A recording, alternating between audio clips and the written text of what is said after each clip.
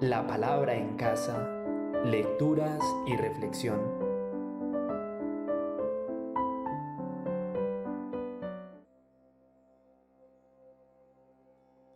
Lectura de la profecía de Oseas. Esto dice el Señor: yo la persuado, la llevo al desierto, le hablo al corazón. Allí responderá como en los días de su juventud, como el día de su salida de Egipto. Aquel día, oráculo del Señor, me llamarás esposo mío, y ya no me llamarás mi amo. Me desposaré contigo para siempre, me desposaré contigo en justicia y en derecho, en misericordia y en ternura. Me desposaré contigo en fidelidad, y conocerás al Señor. Palabra de Dios. Te alabamos, Señor. Salmo responsorial. El Señor es clemente y misericordioso. Día tras día te bendeciré y alabaré tu nombre por siempre jamás.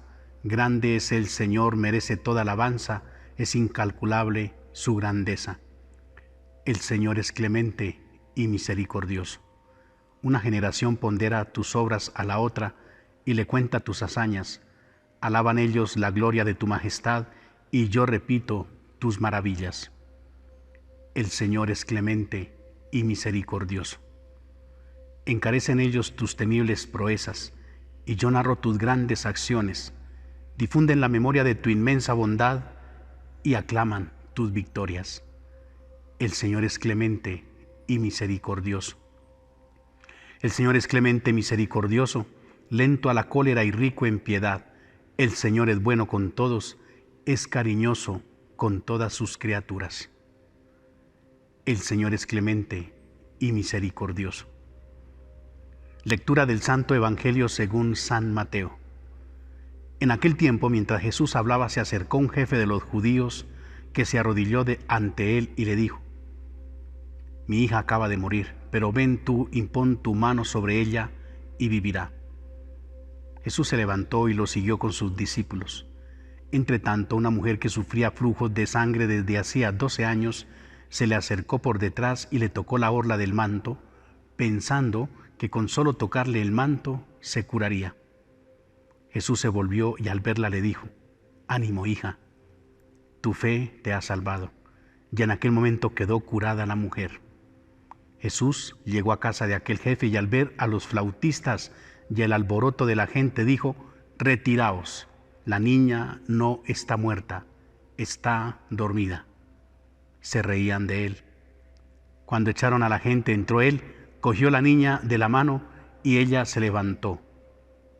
La noticia se divulgó por toda aquella comarca.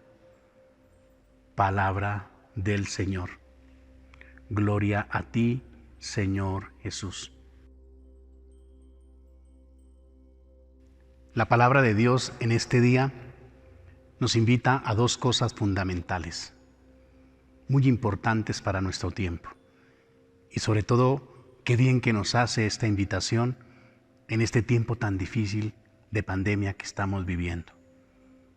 Hoy, cuando tal vez nos sentimos cansados, agobiados, no solo por esta pandemia, tal vez también por nuestras propias debilidades, por nuestras mismas fragilidades. Qué grande es Dios. En primer lugar, como nos manifiesta el profeta Oseas, a saber acercarnos al perdón que Dios nos ofrece. Esa reconciliación que viene de Dios. Qué interesante como el profeta Oseas hoy manifiesta esa iniciativa de Dios, cómo Dios cede a su cólera para dar paso a la misericordia, para dar paso al perdón, a reconciliarse con su esposa, la figura, por supuesto, del pueblo de Israel.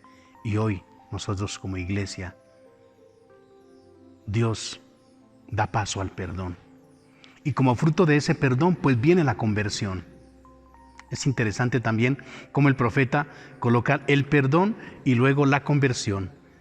Hoy, mis hermanos, tal vez lo que necesitamos, muchos de nosotros tal vez buscamos la conversión, pero no nos hemos abierto realmente al perdón de Dios, a ese perdón que Dios nos concede gratuito, incondicional. ¿Y por qué? Porque nos ama.